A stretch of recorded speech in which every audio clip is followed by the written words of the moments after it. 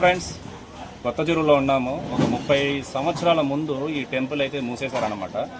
ఈ టెంపుల్ రేపు నుంచి అంటే మంగళవారం 16వ తేదీ నుంచి ఓపెన్ చేస్తున్నారు. సో కర్ణాటక నుంచి మఠం పెద్దలు, సో పీఠాధిపతులు వాళ్ళు ఆదర్వంలో అయితే ఈ టెంపుల్, సో చంద్రమౌళేశ్వర స్వామి యొక్క టెంపుల్ ఇది. శివలింగం అయితే రేపు ప్రతిష్ఠాపన చేస్తున్నారు. ప్లస్ అదే కాకుండా నంది విగ్రహం కూడా రేపు, సో దానికి ఎదురుగా ప్రతిష్టాపన అయితే చేస్తున్నారు. సో ప్రతి ఒక్కరూ రేపు వచ్చి ఈ టెంపుల్ని వచ్చి విజిట్ కండి. అంటే రేపు ఓపెనింగ్ అనమాట.